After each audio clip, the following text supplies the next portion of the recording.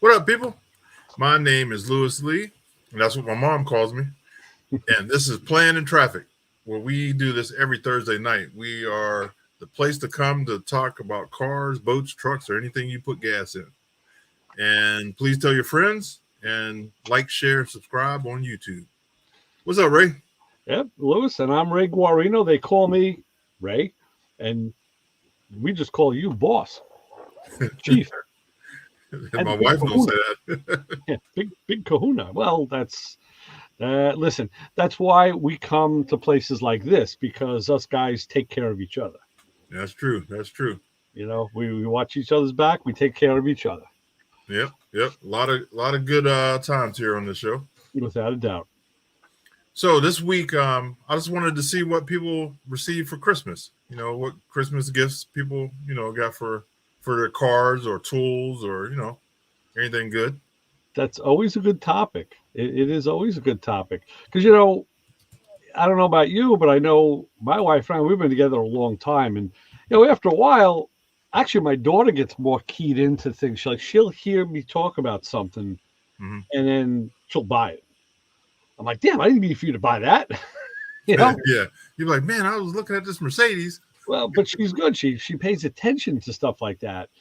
Yeah, And, my wife, I still got to give her a list, and it's all, and she claims it's always the same stuff, but meanwhile the list I get from her is always the same stuff. And but hmm, now we got a secret inside source on this channel, that's the go-to for gifts like that, and he's down there in the lower channel. It's Macro Man Brian.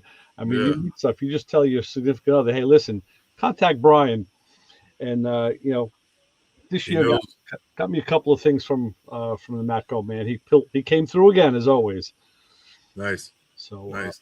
You know, I've been for the last couple of years. I've been putting a list of things for the bus in Amazon.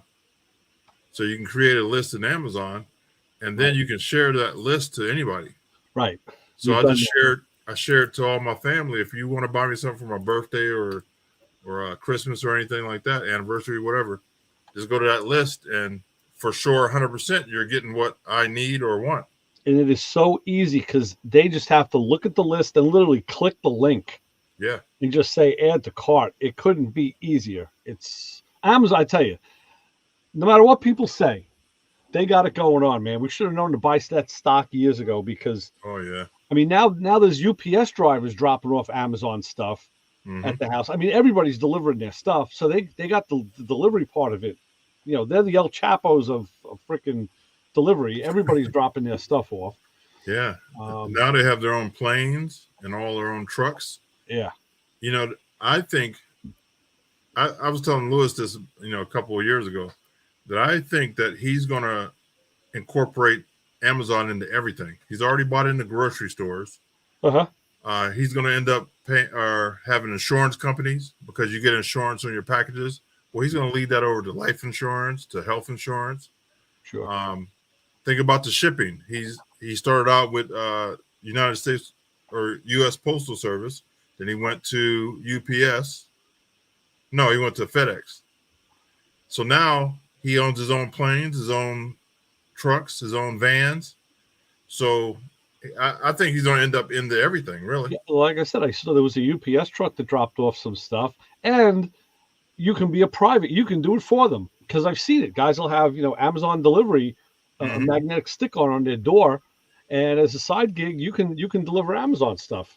Yeah.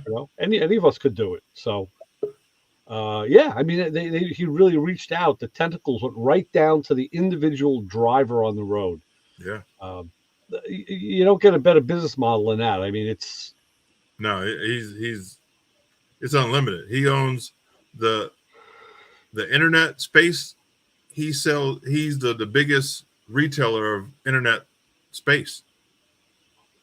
So when yeah, you buy like space for your website and stuff, it right. goes to Amazon. Now, I remember years ago, 20 years ago, you felt safe buying on eBay because eBay would kind of stand behind stuff. You had a mediator, so to speak. Hmm. Well, Amazon, I mean, without a doubt, they're now eBay won't even let you talk to the person who's selling. Right. They've stuck themselves in the middle, and they won't even let you ask questions of the person directly. I don't know how that is on Amazon, but Amazon, if they're a certified or guaranteed seller, you're as good as gold. If it isn't bad, it isn't good, just send it back. Amazon backs it up. They'll just credit you, send you a new one. Yeah, Whatever. they don't even play. I've Not used only it. Yeah. not only do you get your money back, but when you take it and drop it off at the store, as soon as they scan it, I've gotten my money before I've made it back to the car. Yeah. Yeah. Yeah. Oh, and now drop off. I mean, we drop off stuff to Amazon at the UPS drop off store like all the time. But in Kohl's, they have an Amazon drop off. Yep. Regular department stores have Amazon. 7-Eleven and pick up. You can have it picked up at your local 7-Eleven if you want. Yep. It's Crazy. they really have. I mean, for years to come, that model is going to be used in business classes. Oh yeah, without a doubt. For sure. Yeah. So that's what I do with my Christmas list. I put it on Amazon and I make sure I get what I need or want. You know what I mean? So did the family empty out the list on you or what? They didn't empty it, but they hooked me up. Good. Yeah, got me stuff for the bus. Last couple of years, they got me like my faucets, sink faucets, and wire crimps, and just all kind of stuff like that. Stuff that you hate to buy, really. Yeah. So it worked out pretty good. That's good. Very nice. My brother-in-law hooked me up with some socks. Check out these socks. You're gonna like these. You disappeared. Where'd it go? Oh wait, hold on. I ain't gonna show my phone. Hold on. That's totally blank. Yeah, isn't that crazy? I see a little something. Yeah, your background's interfering. Yeah, I can't say it. You have to see it. Before you just redid your living room in the Ohio crib over there, but I guess not. Yeah, this is the bus, the back of the bus. Yeah. Well, I will tell you this, and I shouldn't even open my mouth because when you got a good secret, you should keep it secret. But the Matco bamboo socks are some of the best socks. They are the best socks I've ever had on. Yeah, and and for some reason, like I found that I have enough of them. The white ones, I noticed that there was almost two different versions where one was a little softer than the other, and now I got a couple pair of black ones, and the black ones are the best. They just seem to just pull on so easy, and they resist. They wick your sweat and everything. They're really unbelievable, super comfortable socks. All right, I'm gonna check them out. I have to order a pair. Yeah. So hey, my Brian, wife, did it have them in 15s? I don't know about that. You got to have to talk to Brian. Speaking of socks, though, my wife she gave me 2 pair of socks, and she got them on, I don't know where she saw them. Maybe it was Etsy, but they were like GTO socks, right? So, but the funny thing was they had the word, the GTO, and then the Pontiac. It was like you had to stand with your 2 feet next to each other for the word to be right because they was split it between the 2 socks. Like, how stupid is that? Like, this wasn't real top shelf stuff here. This was, like a last minute afterthought. That's funny. Okay, all right, whatever. All right, let's get the fellas in and see what they got for Christmas. Let's see. Hey guys, there he is, Tom McCann himself. I like the toy box he's got in the background too. That's perfect. My Hot Wheels, cases. That's the hard. I got a few cases sitting here. Wow. They, I meant to put a little note in for Jen to she could stockpile the socks for herself. Yeah, they were good. They just handed me the bag and then said, from Matco band. I was like, what? What's this? I was like, man, I gotta make room in the sock drawer here. Yeah, they are the best. Even the I know you normally want the work boot ones, but I think even the ankle ones are super comfortable. Yes. without a doubt. Now I'm wearing a pair now that are the ankle ones, but you had some shorter ones in. My wife says, "Wow, you never wear these, the real short ones, because you always make fun of guys who wear these." Yeah, those are super comfortable. You'd be surprised. You know what? I believe you, and I'll find out as soon as the weather gets when the weather gets nicer. Because I wear those year round. yeah. So, but yeah, they're very. Yeah. And then I figured, well, I said I'll throw in a couple pairs and a handful of hats, and maybe Jen can save a few pair. And I guess she gave them all up. She did. She just said, "Here you go, Dad. Here's the loot." My girls steal all my socks, so I. Right. We're at the point now where I'm handing her down some of my the cooler T-shirts I have that I haven't been able to wear in years that are way too small on me. So she's wearing these vintage T-shirts that people are paying a lot of money for, And I said, "Here, have at it, kid. She got some cool stuff." Brianna got into my. I have some. She's got a whole bunch of my vintage T-shirts, and I got a lot. And it's actually kind of funny because I have a few older Mako ones, and she gets asked a couple times, like, "Hey, can your dad get me one of these, or can you get that?" And I'm like, "Man, those things are like 20 years old. You're not going to find them anymore." Meanwhile, my daughter's walking around with like Frisco choppers, and an SU carburetor shirt from like the 70s. It's like the real old biker shirts. The classic hooker headers. Yeah. She's wearing a Broncos shirt that I got. Yeah, she's the whole 9 yards. Yeah, well, all that stuff is fashionable now, and people pay a lot of money. But we probably all have them. My wife got me a shirt. I have a shirt from somewhere, and it's just, even though it says it's your size, the way that they cut things for bodies in China and sell it to America, they don't fit us. Everything is tight under the arm, like the neck is weird. Yeah, right. You've had that happen. Nothing. Yeah. It never fits right. Never. Fits. That's why you have the sleeveless T-shirts. Actually, well, I'm going to tell you the truth. Actually, I have a drawer in my armoire that's nothing but I have the tool T-shirts and some car T-shirts in there, and I grabbed a black Matco shirt the other day. It's one of my favorites. Just has the Matco tools in red, looks like red neon, and it has like a blown engine on the back. Yeah, I love it. But I put it on. I'm like, damn, is this the wrong size?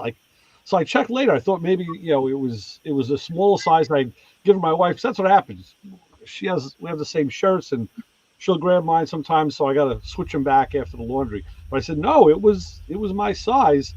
I said, okay, this spring that thing's losing its sleeves, and it's going to get a cut neck. Become a summer shirt. Right. What's up, Paul? Hang the T-shirt up in your garage. Oh God, there's not an inch of space in my garage, Paul. You kidding me? I couldn't hang a matchbook in my garage. Well, then it's not built efficient. Yeah, I gotta wait till I move and get a bigger garage.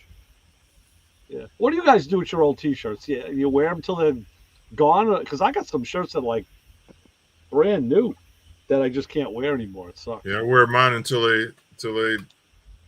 my wife tells me it got too many holes in it. Yeah. I vacuum seal them down, in those vacuum packs, and they're sitting in my storage unit. Nice. I pulled another 10, maybe 12 shirts off to the side to hang up in the garage. Keep continuing down the wall with another 10 or 12. Yeah, that's good when you have the space to do that. Yeah. I call it retiring. I'm gonna retire. That's a good idea.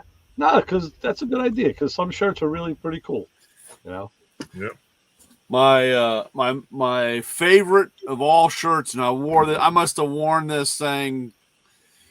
I mean, I wore this thing all through high school. It had to have been almost every day, but it was a Shelby GT350 work shirt, and it had the address from the California, the first. Oh, wow. Place, the first warehouse that he had.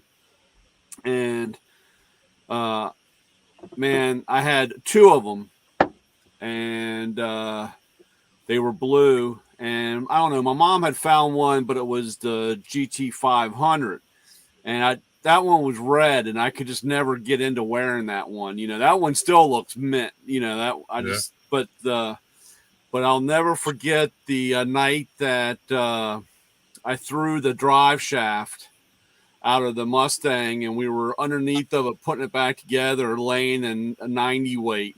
And that poor shirt, I couldn't get the smell out, and I have it in a Ziploc bag, sealed. Oh, geez. And every time I bring it out, it's like the smell of 90 weight. Oh, And I soaked it. I wore. I mean, it was terrible. Every fiber of every thread. Yeah, and every once in a while it comes across like, why do we still have this? And I'm like, I will never get rid of this. And every time I try to find one, it's either got the Las Vegas ad, you know, it doesn't have the California one. And of course, you know, I can't even get one arm or put my head through it anymore. But you know, it's like, it's so funny how that thing still smells like 90 weight after all these years. Yeah. Sitting on the side of the road, it's up there, and we used to hang out at this what was it, one of those kiss and ride, you know, where you dropped off to catch the metro, and it was tucked back in the corner, and we were doing hole shots one night, and Mr. Drive Shaft went across the parking lot, and 29, 29 and 216. No, it was Georgia Avenue and 28. Yeah. Up past Leisure World, back there in that corner. Yeah. That was a great place, man. Had trees all around it. Nobody, as long as you weren't too loud, nobody knew. There was nothing out there, dude, back then. That was a great place to park. Those were the days. Yeah. So listen, guys, I talked to a couple entertainers, and what I decided to do is whenever they are free, I'm going to try to get them on the show instead of locking it on just Thursday nights. So it's still, I'm thinking still 9:00, but it might be a random, you know, day. So we'll you know, try to get, because a lot of people I talk to, I just can't get the right times. So I figure I'm just gonna throw them on whenever. So let me throw this out there. The scenario is so and so says, Lewis, I'm available on Tuesday at 9 o'clock Eastern time. Mm-hmm. And he tells you this on Sunday. Is that enough notice to throw something together? Yep. I can do it the same day, but you know, this year I'm going to try to do it a week ahead, so I can advertise a little more. You know, get it out, let people know that, you know, who's going to be on. That's what I'm going to try to do, but you know how that works. I tell you something funny about scheduling, because I've been dealing with this a long time with my show, and I always tried to give people plenty of lead, and the more lead I gave them, the worse it got, because they forget and other things come up.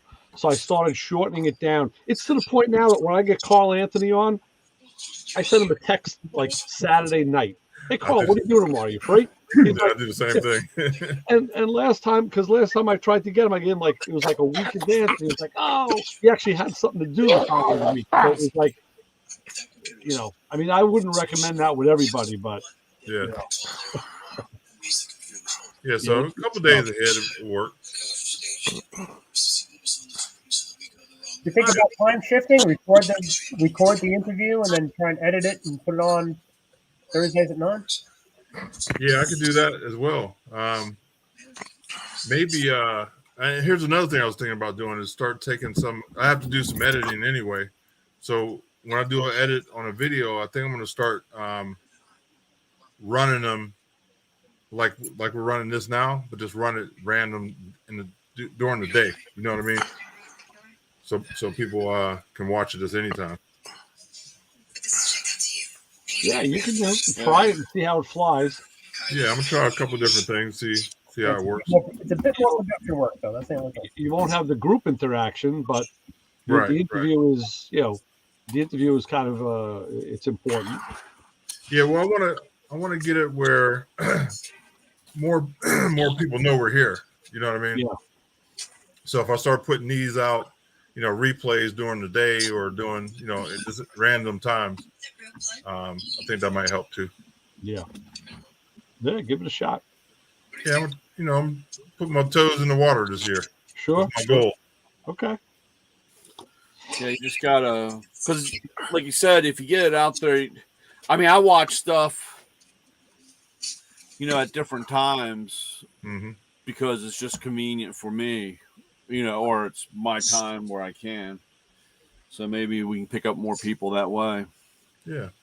I know with you just playing the interviews after they've had, it's a situation off to the side on the workbench or sitting in the dashboard of the car, and you could be listening to while working, listening to the show while driving. Right. You don't necessarily need the visual interaction. Well, that's why we have on YouTube. You can go to YouTube podcast, and you can listen to it through that. Okay. Yep. Now I'm also going to put it. I have it on Apple or iTunes, and where else? I got it somewhere else too, Stitcher. But I haven't uploaded any in a long time. That's another thing this year. I'm going to try to continuously put all the shows on.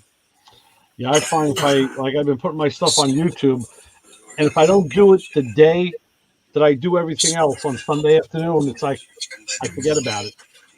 So you got to just kind of be regimented and just do it right away. Yeah, I think I'm going to set my Sundays for that, for doing all this stuff. Yeah. Because if not, I'll be, running wild. Because the next thing you know, it's Thursday again. Yeah, fast. And that's what happens to me. It's like, damn, week is gone, and it's like, well, Week year gone. Where's the last year gone? It's just snapped past us. Oh yeah, I mean it's fast. Yeah, that's crazy. Time flies when you're having fun. Yeah. Yeah, okay, John. It's no joke, man. It really blew by. Well, I got to say, I agree with that. I have been having fun. So, yeah, it did fly. But at least it flew when I was having fun. Yeah. There's plenty of times it flew when I was having a hell of a time.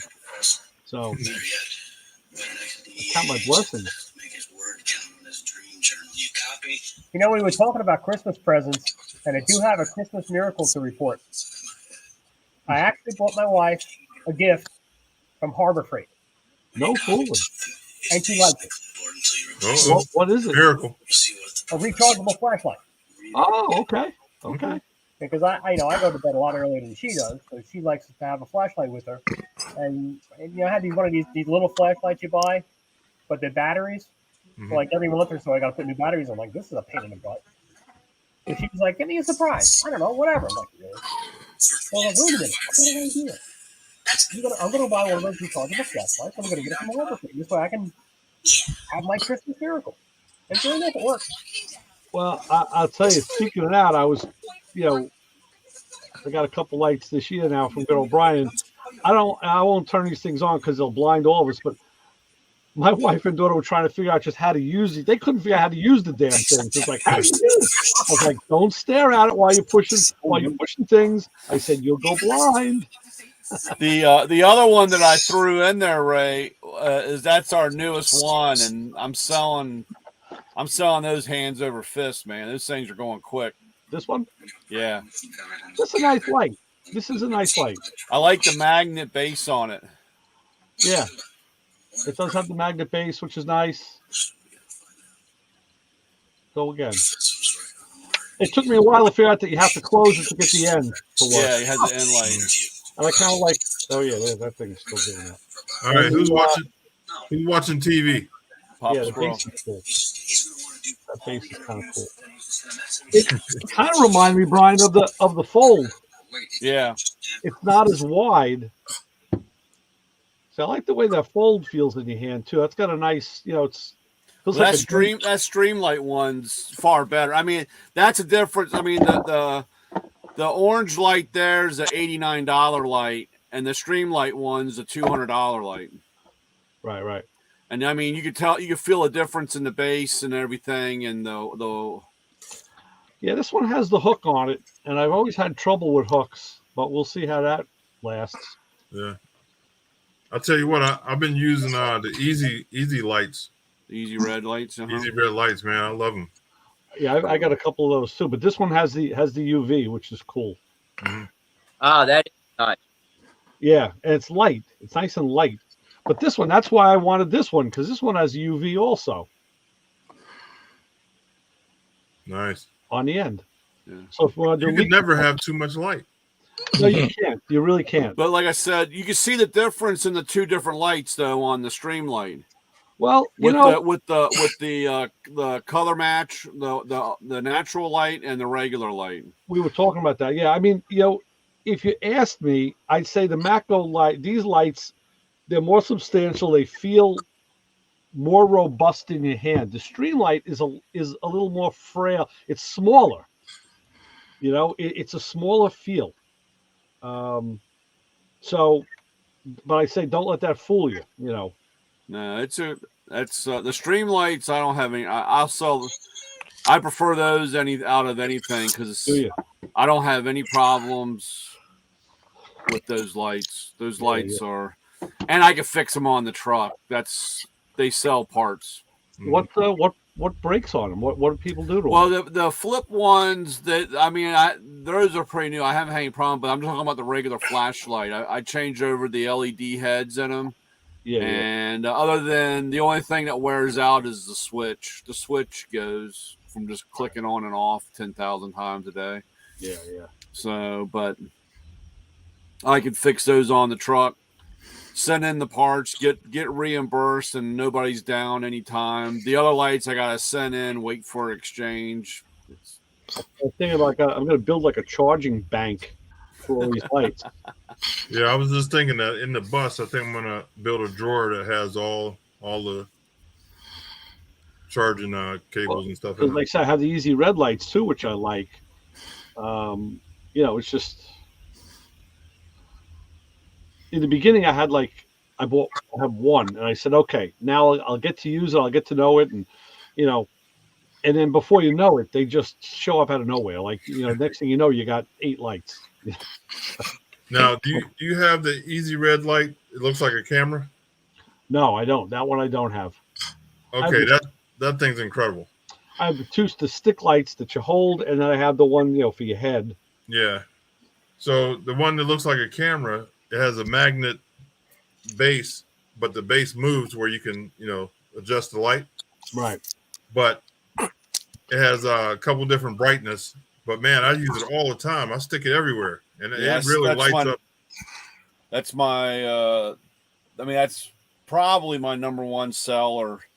Because you could use it as a hood light because it's got you can spin the lens and it could go from point to flood.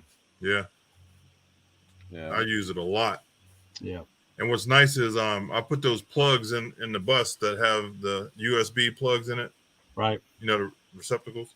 So I have it on the fuse box, and I got it plugged in charging every time I go in the bus. Yeah. Now that's a question. I know at the shop we had a couple of LED lights, and my buddy, he just every time we were done at the end of the day, you just plug that light in and leave it. So he always left them on the charger. Mm-hmm. Even when they were fully charged, he left them there. Yeah, it really shouldn't. But I always wondered if that was a good idea or not. I mean, in the shop it's nice because at the end of the day, if you were using it, you plug it in, you go home. Yeah. They say, and the majority of them say that they turn off. They will not overcharge. Okay. But I've seen where that they have that problem. Really? I mean that can break, or that's something that can go bad, and it will overcharge. Now the LED batteries are a little different from the Nike batteries because they they don't get that false full charge like the night batteries do, the lithium, and the other batteries. But the only problem is, and this is the only problem against any of the higher lines like the Streamlights, they only those, and even Milwaukee are cordless, Arobi, all those batteries have a charge cycle time. They will only take 2,000 charges or whatever, and when you leave them on there, that's counting. Or even if it's not a full charge, it's a counting process, and you will go through a battery faster than okay. instead of letting it going down, because it has a cycle charge or a counter, and it will go through. So now the thing that becomes even more critical is in a shop, like these lights on high usually have like a 4-hour life. Right. I mean, on low, they're less. So, you got to have one in reserve. Like now you got to like stagger your charging. So you always have, it's a lot of work, man. You know what? That's why at the shop, I bought it at Harbor Freight. It's a corded LED drop light. It's pretty damn good. I have one at home too. I liked it so much. I got one for home, and I keep it in my toolbox so nobody else can like use it and break it. But I'll use that. At least now I know I have light, because as long as it's an outlet, I got light, and I don't mind the newest thing, and a lot of lights now has motion detector. So if it sits for so long, it will turn off. And then it will, and then when you come back, you'll sense and come back on.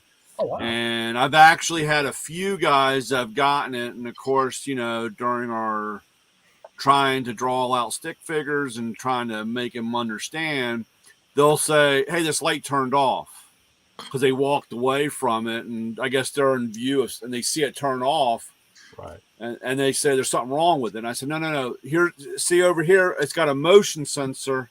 You can turn that off and it'll stay on, but this is supposed to save the battery.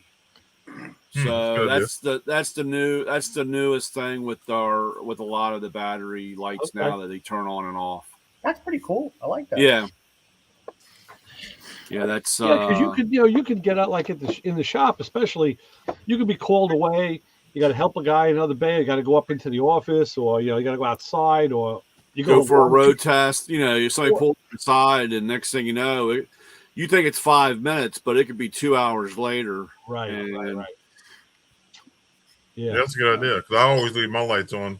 Come back like, See, and I'm fanatical about shutting them off. Like if I'm working under the dash, let's say, and I got to get out to go get another tool, I'll shut it off and get out and come back and turn it back on again. Yeah. I guess I'm so keyed up that I don't want a battery going dead on me in the middle of something. Yeah. Well, what happens with me is I cut the light on, and I get used to the light being on, not thinking that it's the light. I just think, I can see. You know what I mean? So then I get out, leave, come back, and it's dead. Yeah. We got a few lights that have 2,000 lumens, it's on high. It's like, I call it the sun, and it's always funny because those guys get it. And then the next week they say, "Man, this light only stayed bright for an hour." And I was like, well, runtime on 2,000 lumens is like 45 minutes. Yeah. And, I said, you can't have, it's not going to stay. You can't just leave it and walk away and expect it to be there on all day like that. Yeah, I got to say, the Streamlight is 500 lumens, and that, it gets to be a numbers game. Everybody wants more. But 500 lumens on a light like that is pretty damn intense in a closed space. It really is. Problem is, all these lamps, you don't produce any heat off of it. Them old school halogen work lamps, burn you. They produced heat, and you see a couple of halogen work lamps around you as you're working underneath the hood, pointing at you. You get a sunburn in January. The heat here is in the handle. You run it long enough, and you'll feel that battery getting warm, just like the cell phone. Yeah, you'll feel that getting warm. So.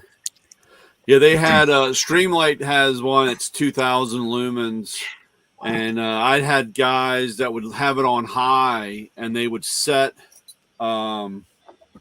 they would set it down, on the lens down so that the light is on, but it's on the table, and it will actually melt the glass lens. Yeah. This one's $850. Yeah. Oh, and I did find, Brian, that little one I was telling you about that I confessed that I Yep. seemingly thought I lost. I said, I don't lose shit. So, and it showed up in the kitchen drawer in the house. No, you know what I wanted to do? I wanted to make sure that these lights had a fresh top charge on them. So I said, you know what? I'll use one of my jump pack batteries. I got 2 of them. Oh yeah. And I opened up the jump pack battery, and what was in there? That's what the light was. It was because I took it with me when I went to look at a car, and I just stuck it in the pouch. So it didn't come back home. Well, that's good. I knew it. I just didn't know where it was. That was ticking me off. Yeah, I had a couple guys today. They came out and they said the light I bought last week I already lost. Really? I said, oh, you need another one? And they said, no, I'm not buying any more lights. And I said, all right, yeah. Next year you'll buy one. Yep. Wow. Yep. As soon as I can't see. I mean, the only way I think you're gonna lose it in shops if you leave it on a car. Well, that's what happens. Well, that guy, it was funny because he had lost one the week before, and he goes, I want one. He goes, I want a light with no magnet. And I was like, you want a light with no magnet? He goes, yeah, because I stick it to the car and I forget it and it drives off. And I said, okay, so I want to get you one without a magnet. So I get him one without a magnet. He takes it, and then he comes out today. I lost that light. And I said, well, I had no magnet. What happened? He said, I guess I set it on the ground and somebody either picked it up or I set it in the car or whatever, and it still disappeared. Well, this light has a clip on it. Yeah. So you can clip this onto your pocket or your belt, I guess. That's one way of going. But there's I don't have the new little keychain one right now. I'm also selling a lot of those. That's I don't have one down here. It's out on the truck. Yeah, I remember 30 years ago my mom came up with something. It was like a little fob. You put your house key in it, and you'd squeeze it. They gave you one little bulb, little. I don't think it must have been a bulb. It probably wasn't an LED, but it was just enough to let that key see the lock for the door. I'm like, yeah, that was pretty cool. But yeah, lights are a big industry. I mean, you look everywhere. There's nothing but, you're flooded with light choices. Yeah, I can't believe I probably I try not to go down that rabbit hole, but I can probably have 50 different lights on the truck and still not have what somebody wants. Yeah. It's crazy. Yeah. It's crazy with lights. I got lights from Summit. Those light bars that they put on Jeeps and stuff. Oh yeah. So I got one for the front and one for the back, and I'm scared to put them on right now because here's somebody gonna steal them. Yeah. I thought it was safe in Ohio. You didn't have to worry about that stuff. Huh? I thought it was safe up there in Ohio. Look, we're more than just a country bunking area. we got some hoodlums running around too. I tell you something. I watched this guy on YouTube, Don's Hot Rod Garage, and he's like a 55 Tri-5 Chevy guy, but a lot of nomads. So, and he just pulled 2 more in. He bought 5 from a guy that were all pretty rough. So I actually wrote to him and said to him, Don, if you're parting that car out, I need some parts that it has. So, and he's in Ohio, but I'm not sure where, because he said he's in Ohio. Mm-hmm. He does trucking. So, I mean, that doesn't mean jack shit, but so I actually in an email I said to him, I got a couple buddies up in Youngstown. I said if it's anywhere near you, maybe we could hook up a drop off or something. He didn't answer me back about that. So, I don't know if he's like staying away from me now because he might be. You got a reputation. Place out. We got a reputation for sports and thuggery. Right. He said, "Who's this hoodlum from New York? Who's this Right. guy?" Those guys in Youngstown. Jeez. Yeah, the hoodlum from New York's coming to meet me at Youngstown. That's, Right. Yeah. Yeah, I figured I might do the next Indiana trip. When I'm swinging by, we're stopping your way. We could, you know. yeah. When you guys coming? I don't know. My buddy Chris is corresponding with the guy in Indiana, so whenever he has the stuff painted, I guess we want to get the holidays done, and probably into the new year. Yeah. It'd be a nice spring trip because we plan on flying out and then getting a Tahoe and driving back. Okay, that's a good idea. So yeah. But yeah, I'll definitely let you know what's going on because you guys are on my list. We're definitely stopping. Yeah, you guys see Terry got 10 projects here in Ohio. So He has been working like gangbusters on that CUDA, man. He's putting videos up like nuts. yeah, And he's doing a lot of hard work too, a lot of hard rust chassis stuff. yeah. I give him credit. That's hard work. I tell you what, these companies, they sent some stuff, man. They sent Yeah. all the metal. Yeah. Nice. I mean, you can almost build a whole car. Right. But that type of work is just sucky. It really is. Yeah. I mean, Dirty and sucky. I guess some guys like it. I mean, I'm not a big fan of it myself. I mean, you do what you have to do, but Mm-hmm. there's a lot of other stuff I'd rather be doing. Well, I'll tell you, that car's going to be nice when it's done. It is. Yeah. Yeah. Yeah. Speaking of the devil, he didn't hear yet. He's probably asleep. So, Brian, how did the Christmas cookies come out? Huh? How did all the Christmas cookies come out? Came out great. I got a table full, man. I'm not, they make all these cookies, and I'm the only one going in there, and I'm eating them. I'm Yeah. taking like 2 or 3 at a time. Like, help me out here, will you? Like, Man, I finished them all off. There was nothing left. I should send some down to you. Yeah, I don't play around when it comes to cookies. Yeah. Get a half That's my gallon of nemesis, cookies and chips. milk. Yeah, cookies are terrible. And well, not to go into all that, but yeah, it was a tough year because I gave up so much dairy product, and man, Did you? cookies and water just don't cut Oh. it. No, but cookies and coffee do. Yeah, well, that's unfortunately I haven't given Right. up the coffee, but yeah, cookies and water. I thought I was like, on Alcatraz or something, spreading water. There was a guy I worked with. He was single. Well, he's still single. I just don't work with him anymore. This was the most frugalist guy in the world. And I mean, he would buy the store brand Cheerios. Nothing wrong with that. I never had them, but I'm sure they taste fine. In a bag, not a box. But I caught him one day, in the hallway. I'm like, what are you doing? He took the Cheerios and he went to the water cooler and he put water in them. I'm like, dude, buy yourself a quart of milk and put it in the fridge.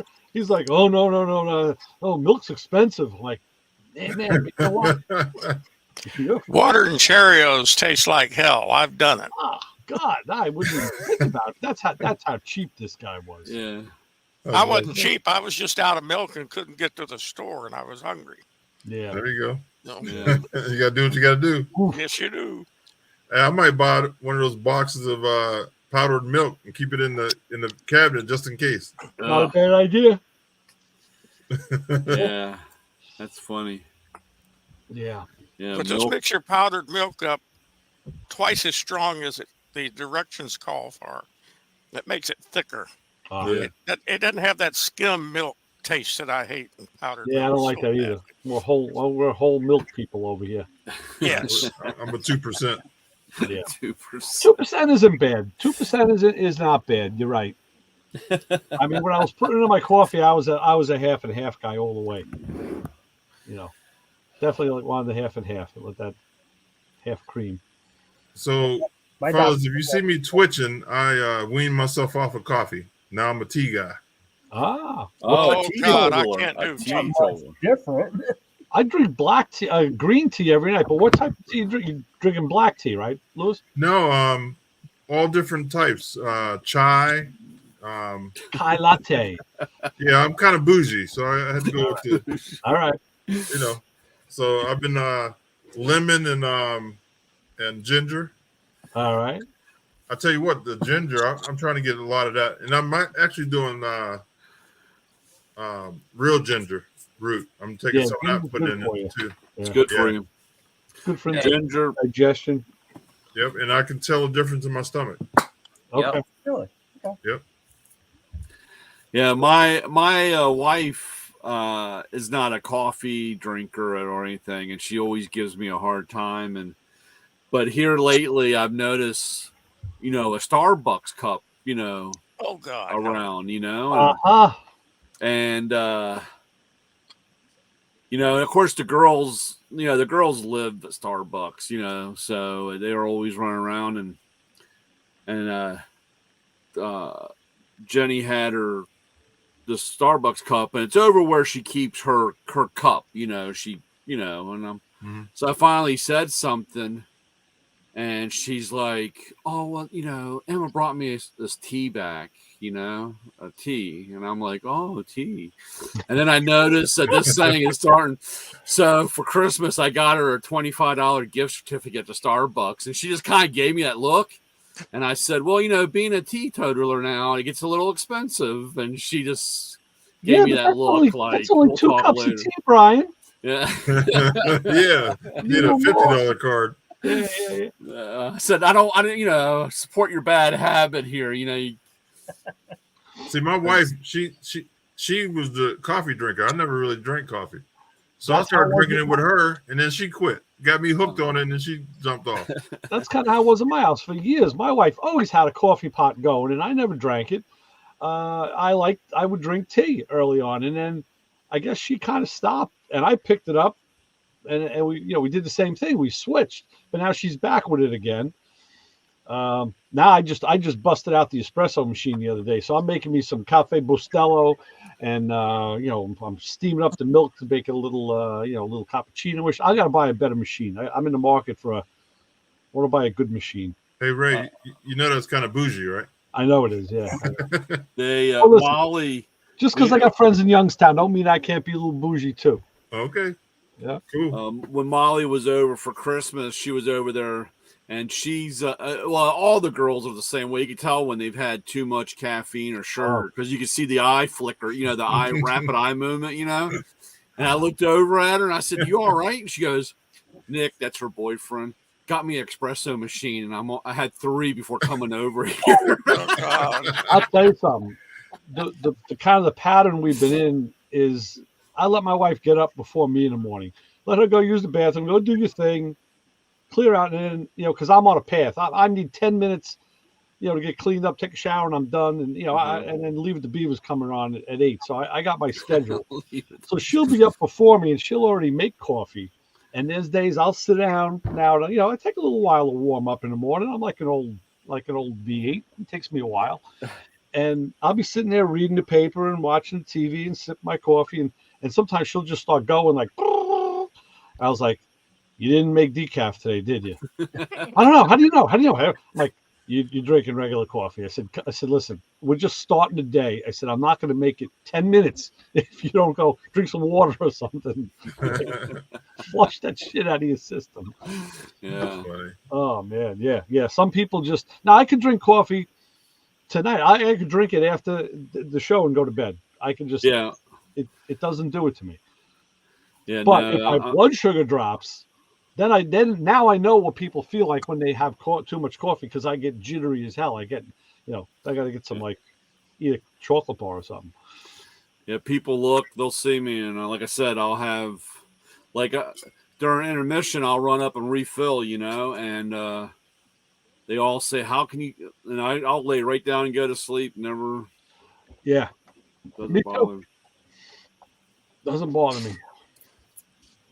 So I've always had a cup of coffee to go to bed. It's a good nightcap. Yeah. Better than drinking. Hold up. I don't know about that one. Little grandpa's cough syrup in there, Don't know if it's worse. I don't know if it's better. I haven't really done too much of either. I'm not a big coffee drinker, but I'll wake up in the middle of the night, smoke a cigarette, drink Coca-Cola, and go right back to sleep. There you go. That's good for your breath and your teeth. Yes. Definitely my teeth. You know, I keep them in a drawer somewhere. Yeah. I haven't unpacked them since the move yet. You'll find them. It's all right. Yeah. We had growing up, there was a guy, we were teenagers, and we used to hang out this one industrial block of town. It was all junkyards and in a restaurant at the end. But there was a guy there, we called him Pepsi Pete, because Pepsi Pete was a trucker. He was from, I think, Arkansas. He was about 115 pounds. He looked like Roland LeBay from Christine. That's who Pepsi Pete looked like. And he would get, now this is back in the 70s. He built a shed off the side of his house, and he would get Pepsi Cola in the 16-ounce bottles in those wooden, the wooden crates delivered by the skid. So he'd have like 3 rows, 20 tall. You never saw him without a Pepsi in his hand. Hence the name Pepsi Pete. So yeah, it was just crazy. I mean, they say it strips the paint off of cars, and I guess some guys can go through life and not have their intestines burn out. But I wonder, like, if it strips the paint off of cars, what's it doing to your stomach lining? I used to be like Paul there. Really? I would drink Coke. It was no problem. I'd have 20, 25 sodas a day. You know what slowed me down? When I was in my heavy drinking years out in the bars and all, and Jack and Coke, and it got to the point where the Coke got me. It was like too much sugar. So now I've learned to drink 3 fingers on ice of just Jack and Jack. Oh, 1 Coke, Jack and Jack. That's what. No, now I'll drink 3 fingers of a good bourbon over on the rocks, and just like sip it. So I got a small batch bourbon out of Brooklyn, a Brooklyn distillery. They were doing a thing at a local wine store, and they had the guy set up. So he says, "Oh, they make rye and bourbon." I said, "Well, I like both of those. I drink both." He goes, "You want to try some?" I'm like, "All right."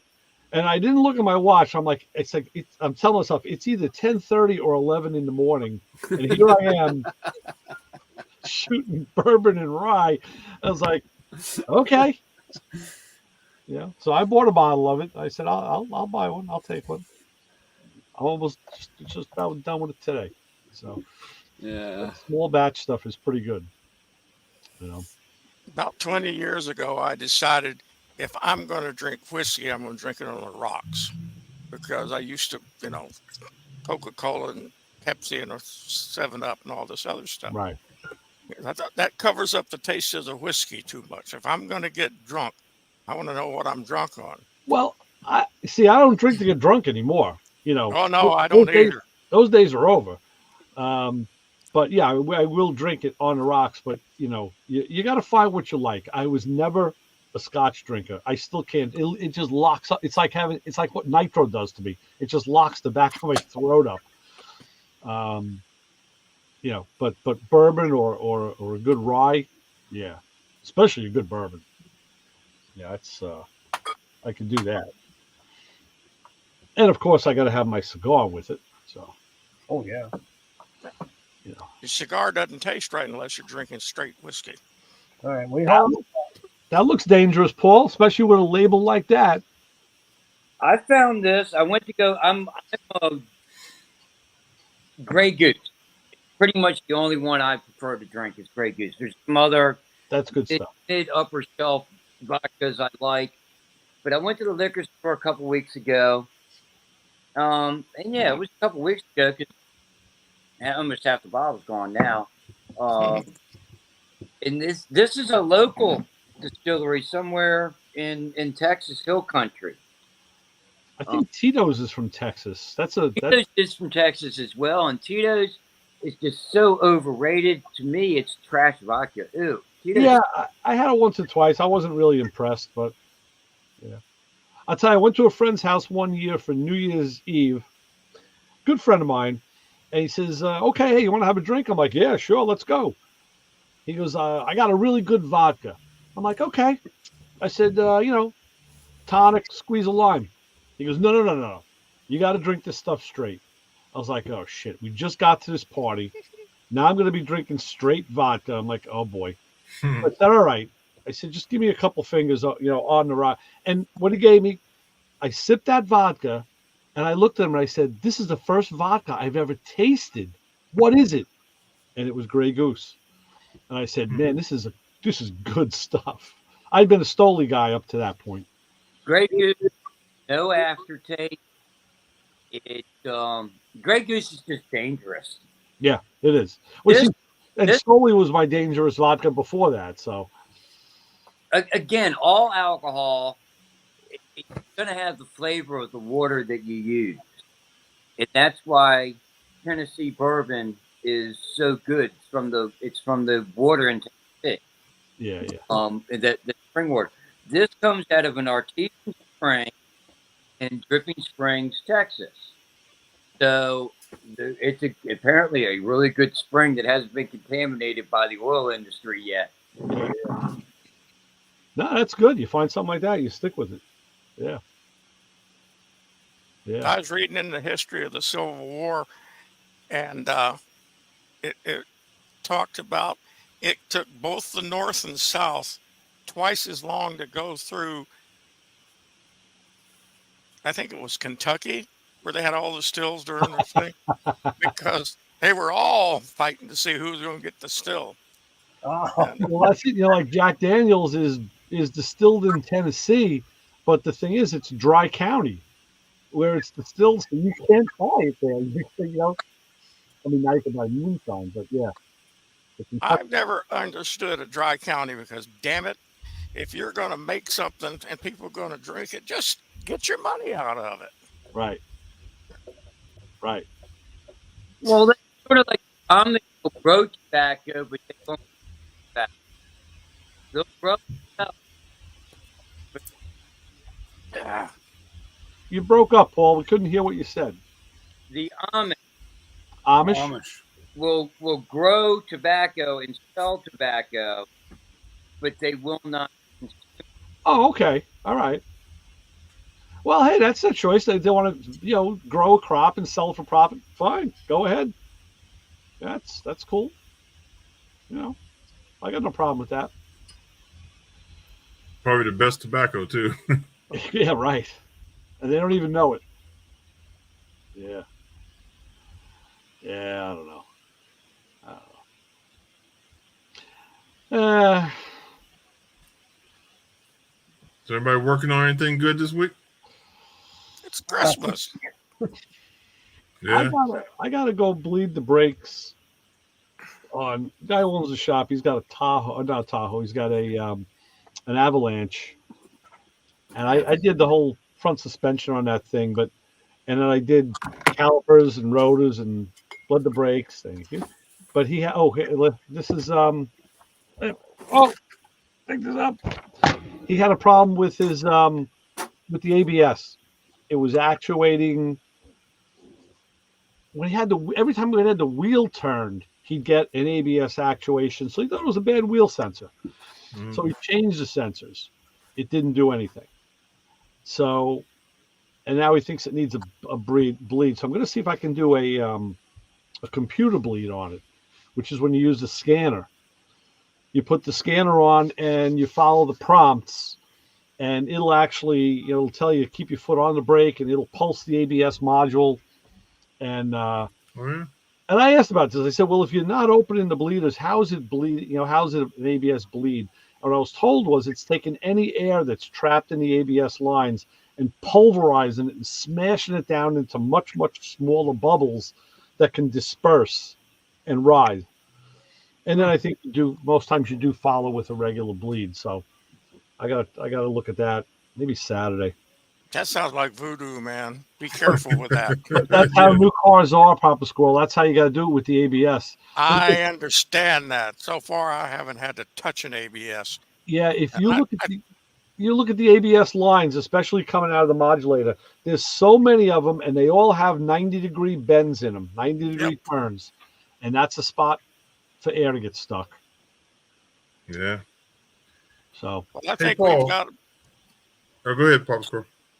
No, I'll talk after Paul finishes. Paul, you got any OBS trucks down there with no motor and training? What do you need? Chevy OBS, Which OBS? like not old school or no old body style. No. That place that I'm employed, there is nothing there older than say like 2010, Really? 2008. No. And it's funny because we had a guy come in today. He was driving up the highway. He was coming from somewhere in Texas, going back north. Saw a salvage yard on the side of the road in Texas that you can tell has been there for many years. And he walks in. He's looking for headlamp bezels for a '77 Mercury Capri or something like that. And we're like, man, this yard hasn't seen a '77 Mercury Capri since '87. Right. Yeah. Nothing sticks. This is one of those yards where everything is disassembled and then it's sent to the crusher and destroyed. So what's left behind is engines, transmissions, transfer cases, rear ends, Yeah. wheels. That's what's left behind. Mm-hmm. Cars are stripped, and then the scrap metal. Apparently, the scrap industry is really big in Texas. It's big here in Ohio too. Well, I understand Ohio. Up north, Pennsylvania, Ohio, that is steel country. Yeah. So I can see where Bethlehem, Pennsylvania, Bethlehem Steel had all those steel smelting plants. This is the ideal place to have the steel recycling and the aluminum recycling. Right. So I don't know. Maybe we're sending the shit up to you. I don't know. But it's nothing. Maybe. Nothing sits here unless it's in a farmer's field, and you don't get that stuff. Yeah. Yeah. I mean, they could put a recycling plant anywhere, really. The businesses. Yeah, they pop up. Yep. You can put it wherever you want, really. It's just, yeah. And maybe in Texas would be a good place because of so much land. Well, there's some salvage recycling places, and I guess it's one of them where like we send all the crushed cars to. Yeah. If you can see it from the highway, and if you're passing it on the highway, you're going to drive for a mile to a mile and a half, and this yard is going to be off to your right. Wow, that's big. That's big. It is big, and it's just piles of shredded metal. Yeah, yeah. I mean, there used to be a market. It was a sale item, and now it became not so much anymore. So, everything goes up and down, and it's what the politicians do. They play around with the market, and are we selling to China? Are we not selling to China? I remember when they used to buy. Well, they'll still buy batteries, but when they used to buy the waste oil and the tires, and now you got to pay to have the stuff hauled away. So when the stock market's up, scrap is down. When the market's down, scrap is up. That's when you sell. Yeah. That's how it usually goes. That's when I call my scrap metal guy. When the market's all down low, I tell him to come by and pick up. He always wants to pick up everything. I only give him a little at a time because I know the market's going to change. Yeah. Give him a little taste. Yeah. I know the Chinese used to buy a lot of scrap metal from us because I was talking to some guy said they used to ship containers back to China. Oh yeah. They were empty, except they were full of scrap metal. Well, we was used never to say, empty. The new line of cars were like our old cans and razor blades, and they'd recycle and make metal out of them. Well, the whole automotive industry has changed because in, say, 1980, and you were driving a 1970 Malibu station wagon, and you needed headlight bezels for it, you could go to the salvage yard and get headlight bezels for a 70 Malibu station wagon. You can't do that anymore. No. How many salvage yards are still in Montgomery County? None. Very little, because they started taxing the hell out of it. You couldn't have a car over X a year. You had to have a title. If you didn't have any paperwork on it, it had to go. I mean, there's Yeah, they very did that little. here too in Ohio. 20 years ago, how many salvage yards was in Montgomery County? Man, you could throw a rock and hit 3 of them. It's amazing, and they wanted to clean all that stuff up. If the car was so old, you had to get rid of it. You couldn't keep it. So Nope. all those places that were along Goody Drive. Yep. There's only one. I think there's only one still there. Okay. One guy survived. Yep. One holdout survived. On Route 1, from the district line to Baltimore, 30 years ago, how many junkyards did you see? There was a lot. From the line to Baltimore on Route 1 today, is there even one? I think that's that one company bought up like 3 of them and put them together. I don't know. I can't remember what the name of it is, but there's not that many around. I mean, there's not that many around anymore. I'd like to know if the one still up in Cave Town is still around off of what was that? It was on both sides of the road. That was a cool junkyard. Yeah. They had all of the old they had military half tracks that used to be out of West Virginia snowplows. Yeah. That was a fun junkyard. That was our first date. That was the first date with the wife. I come rolling up in the Scout. They had this huge willow tree up there, and underneath the willow tree was all the Scouts and Internationals that were in there. And I'd go up there and get parts for my Scout. So I told Jenny, I'd come by. This was on a Saturday or whatever, Saturday. I said, I'll come by and pick you up and we'll go out. And she said, okay.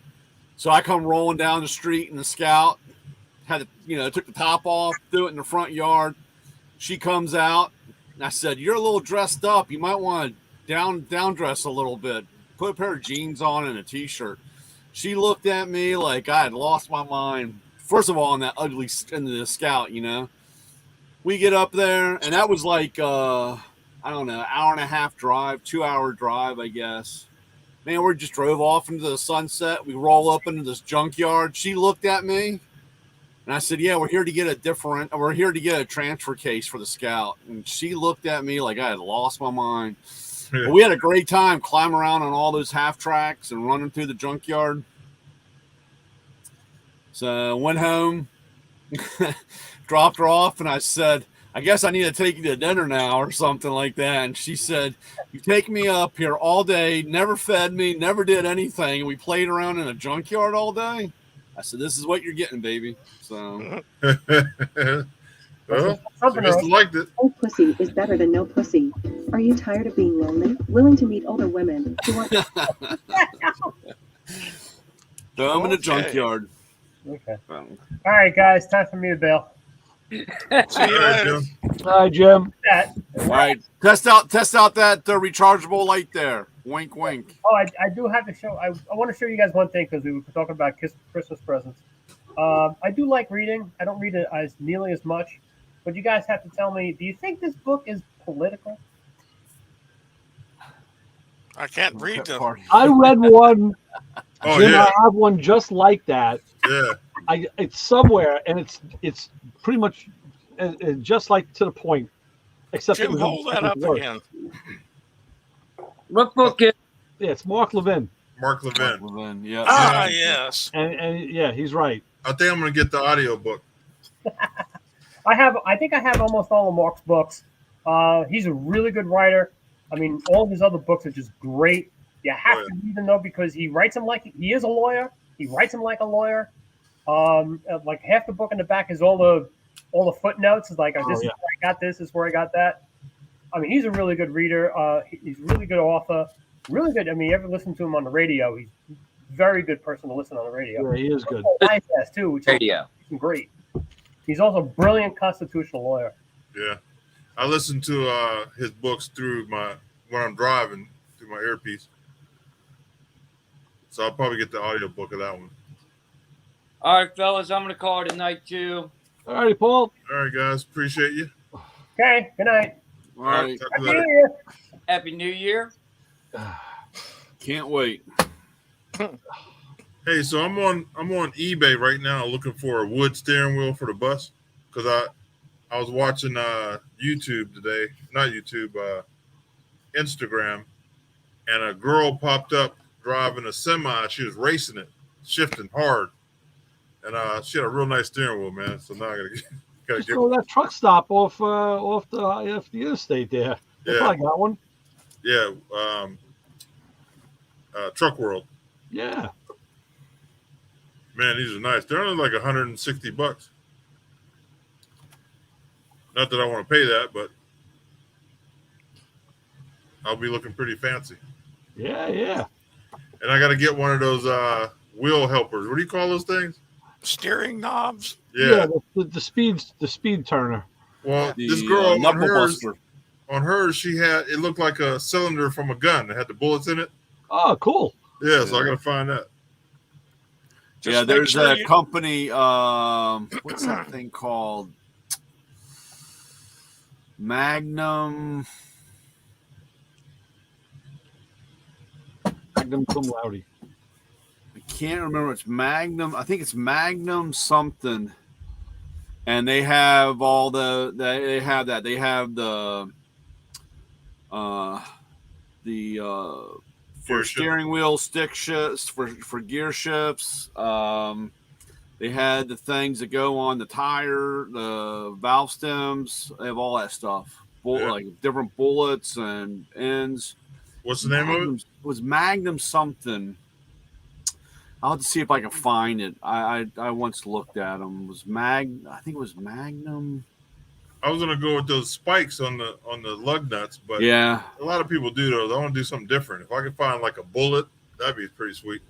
Yeah. The spike, God, what was that thing called? Magnum.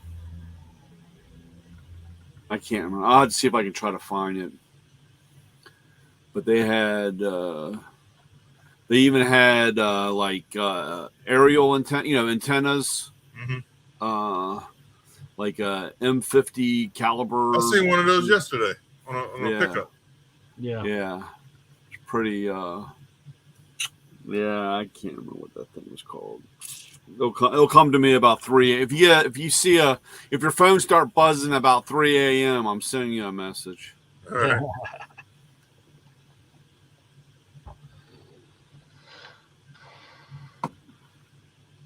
Yeah, I don't know. Yeah. So Ray, what are we going to do this Sunday? Well, yeah. Brian's gonna be my co-host on Sunday. Yeah. And you got a music preference? We'll start with that because we start the show with a little bit of music. Tupac. Do you have a music preference that I actually own? All right, Van Halen. Yeah, I got that. Van Halen, yeah. I don't know, Ray. You got to find something with a lot of these bands have too long of an intro. Well, You got to right. shorten it up. Now you see, you're learning. Yeah. One of the things I was going to use, I use it every year, is this CD here. It's called Jingle Bell Jazz. Uh-huh. This is Christmas songs, but they're done really, really jazzy, and it's one of my favorite. I'll listen to that all year round since the music is phenomenal. I was going to, I hadn't used it yet, so I could always do that. And then, more important, are you gonna think up an honor group of the hour? Well, I was thinking about that, and I started bouncing things around, and I was kind of like, well, let's see what direction on the show, so I don't throw something out in left field. Oh, no. I don't think that's the way to do it. I think Chris always has his prepared ahead of time because he puts some thought into it.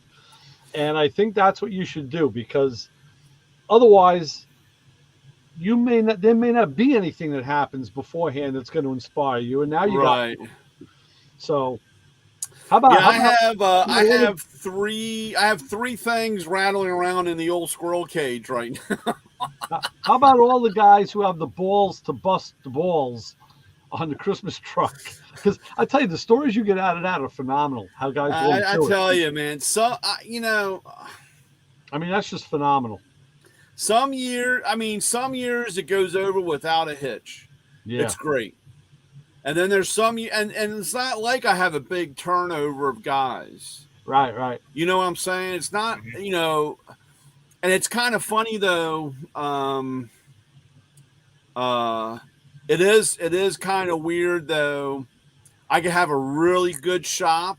I could have a shop that's really good, and they can get a new guy can come in, and it could kill it because he might hate Mako tools. You know what I'm saying? Or Yeah. he might. I've had guys that in general just hate tool trucks in general. Their motive is it's all overpriced, and I can just go to Home Depot and buy a tool. You know what I'm saying? It is kind of odd though that when they get stuck in a situation and they do need a tool, especially a specialty tool, it is kind of amazing how all of a sudden now we're their friend. But I'm not going to rub that in on them. But it's interesting you bring that up because the guy Kenny Wessel, who I started watching, I had him on the show. He's a YouTuber. Yeah. And like I said, he did car repair videos, and he was working in a shop. And the thing that got my eye was, I mean, he was talking about a job, and he knew what he was talking about. He wasn't BSing you. But then I started, I go in levels when I vet YouTubers out, especially guys who are working on cars or motorcycles. The next thing I looked at is what kind of tools is he using? And he was using Snap-on and Matco tools. I'm like, okay, the guy's invested in his tools, and you could tell a lot of them weren't new, they were older. And then I watched the way he used them. And you can tell a guy who knows what he's doing by the way he works on something. And so I knew he passed all my tests. I said, okay, he's the real deal. And it ends up he was from up here. He was from up New York, and now he's down in North Carolina. And now he bought a house that's about an hour away from the shop he works at, and he didn't have any tools at home. So he said, listen, my work tools are my work tools. This is the problem I had. I got all my main tools at home. I started working at the shop, and it's like, well, now I need work tools at the shop. Yeah. If I take it from home, I don't have. So I started buying doubles of things, and a lot of stuff I was able to. A lot of times I need something that's here and it should be there, or it's there and it should be here. But Kenny said, now for home, he says, I'm going to tell you something. He says, I don't particularly have any bad ill will against Harbor Freight. Some of their stuff is pretty good, especially the Icon stuff. So he bought a roll cart, and he bought some Harbor Freight stuff for home. And he really didn't address it the way I think he should have, because we've all used lesser level tools than our best stuff. And we all got the job done. I think once you know how to use tools and you know how to do a procedure, you can make it work. Right. And you can make it work with less than optimum tools, and maybe even with the wrong tools, because sometimes you got to make something work and you don't have a wrench, but you got a pair of pliers, and you just know how to do it. So I think a lot of it comes from user experience more than the tools themselves. I don't think any one wrench makes you a better mechanic. I mean, no. A wrench that doesn't spring open certainly is better than a wrench that doesn't spring open. But I mean, and a lot of his points are like, well, guys put 3-foot breaker bars on a cheap ratchet and complain when the ratchet breaks. Listen, look at the bigger issue here. Like, it wasn't the ratchet. Right. That's how stuff gets bad reps. Really. Yeah. But no. But like I said, it's just so funny. Or you can have a shop that you don't do anything in, and a new guy comes in there, and it could be one of your best shops, just because Yeah. of that type of thing. And so that's why, it's funny how you go through. I tell the new guys, because they're like, "Oh yeah, my Wednesdays I do X amount." I said, "Well, that's going to change one day. Don't worry. One day you're going to say, what the hell happened? Because you didn't do anything on Wednesday, but now Friday is your day, or Monday." And it's Right. just kind of funny how it cycles and changes and goes through that. But it is funny that what you said, because I've had guys tell me,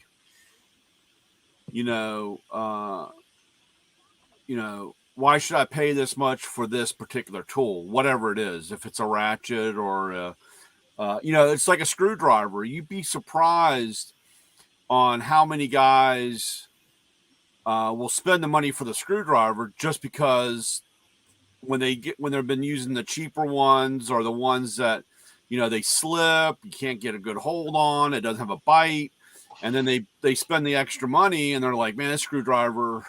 And there is a difference in that. Something as simple as a screwdriver.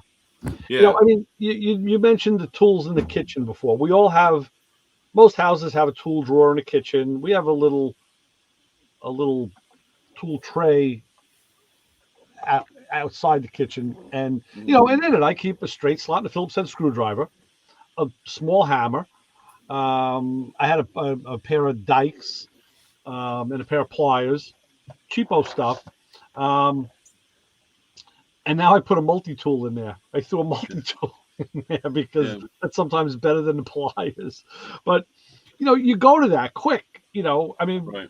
I got tools in the basement, I got tools in the garage, and I'll run there.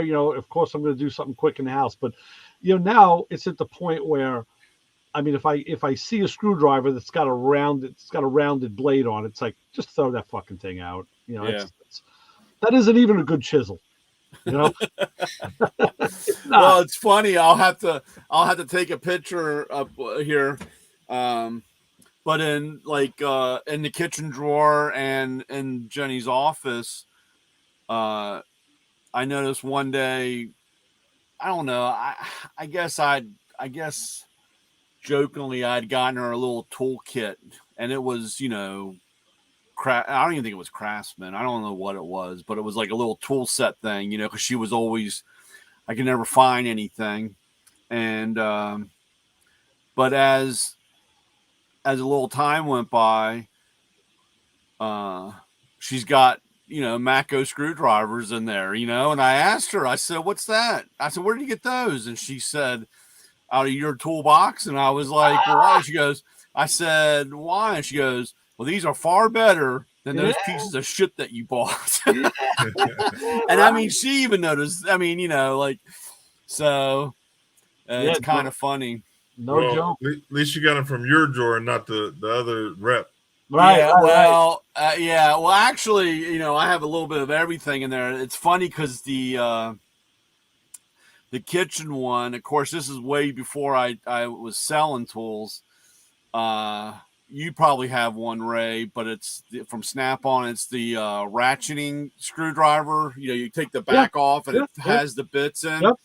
Yep. The red handle, and it's a long shaft. Yeah. Yeah. Well, this one, I had gotten a green one because it came with a set of mugs with girls. It was a summer promo thing. It was a green handle one. Right. And one day I noticed it was missing from my box, and I saw it up in the kitchen, and I said, what's this doing here? She goes, that's where that lives now. Nice. And she's like, because it has all, I could change the bits, I could put whatever I need. She goes, I need one. She goes, I need one of those star ones to go in, so I just loaded it up. And like I said, this is our time, because now with the proliferation of bits in everything, bit drivers, and I'm not a big fan of the big bit driver thing, because first of all, the kits are too big. There's too many, and they're too close together to see the difference. Yeah, and they're easy to lose. But I understand that they're in everything, you know. Yeah, the bits are, it's crazy. Actually, we had a really nice one. It wasn't too big. It was a square about, I guess, about that big, and the lid opened up. Is that But the black one with the white with the kind of opaque? right, but on the back side it had like a belt clip. Oh, So it was really nice to carry around, and I had that's in the kitchen. That's the extra if there's something, because it had like 30 bits in it. You know, it had a handful. But yeah, she goes, "This is where this lives now." So, and you know, that's been there. I even tried. We have the Mako one. Would the end would fold so it would be like a gun. You know, you could have it, and the gearing was a little different. Supposedly, well, it would do it. I mean, you could. The gearing was, I think 5-1. So one turn of the handle was 5 spins of the gear. oh, that's pretty good. So it was fast. I mean, it was really fast, but it. She didn't care for the way the handle. It didn't feel right with the snap-on one. I tried to get my snap-on one back, and switch it out. Yeah, I tried. I said I tried this one. This one's really nice. And then we had one for a while that you could change the different lengths. And that was really nice. That was actually a gear wrench that made that. But again, it just wasn't simple. It wasn't just one screwdriver in the drawer. Now you had this whole box full of stuff, you know, and it's, you know, like I said, it wasn't supposed to take up the whole drawer. You know, it's got all the other junk in it that, you know, Right. So see, that's kind of where I was going when I was saying before, you know, early on, right, when I was working at this shop, it was like 6 years ago now. I didn't have as many tools as I had there now, for sure. And I kept borrowing stuff from my friend's son because he was buying all this stuff new, and he had a lot of gear wrench stuff in the beginning and other brands. And you know, I found that, hey, you know, I have a tool in my hand that isn't what I would. This tool isn't something that I would necessarily buy myself, the brand, or you know, maybe it was a socket size that I wouldn't necessarily buy, but I got the job done because getting the job done was more important. It was more important to know what to do and how to do it than what was actually in your hand to do it with. Then it becomes a convenience factor. Yeah. You know, and it's funny how I think we all do it. Like, you know, you need a ratchet, and you go in your ratchet, and you usually grab the same damn ratchet every time. You know, I never had a lot of ratchets. I had a snap-on set that was 1/4, 3/8, and a half. And those were the coarse drive because that's all they had. And then I got that round-headed fine thread, ratchet. That became my go-to for everything I did. And even to this day, I'll still take it out. Now I have other ones in there. I got the Matco ratchets. I got, I even have an Icon ratchet in there because I had to see what it was about. And I'll still go for that same old one I used for many years. And at the shop, I have a snap-on. I guess it's, I don't know, it's maybe a 12-inch flex head, locking flex head, and that's the one I grab all the time. Yeah, I mean, here. Yeah, there you go. This is a old this snap-on one. This is one of the first ones I bought. And that's how. Yes. See, I don't like the non-locking flex. Yeah, well, this, like I said, that. I mean, I used this for years until I got my locking one from my Mako one. And it does, but I still find myself grabbing. I bought one of those from the tool guy that it was used. Somebody traded it in, and the handle was all beat up and chewed up, looked like a dog chewed it, and the little O-ring on the screw for the flex mechanism was bad. So yeah, this one's got this one. Is so I mean, it's got a pin. Okay, this one's not even. I said, okay. I said, I'll take that used. I'll take it. I said, give me a handle. I need a replacement handle. I said, and you got a rebuild kit for the flex. And yeah, he gave me a little baggie with the screw and the O-ring. I went right into the shop. I put the handle on. I put the screw and the O-ring on, and that was like a brand new ratchet. But Yeah. it's not a locker. I just always like the locking flex heads better. I don't know. Hey guys, I got to jump ship. Okay, Lewis. All right, Lewis. Early start tomorrow. Hey, everybody have a safe New Year's and look forward to seeing you guys next year. Absolutely. We will be here. All right, And, stay safe. Yeah, you do the same, Lewis. Be safe. You know what? You might as well end the live now. Okay. Like this show? Want more? Then head to WatchPTTV.com, the new 100% free PowerTube TV streaming network. Home of the best classic and new motorsports racing and build shows on the web.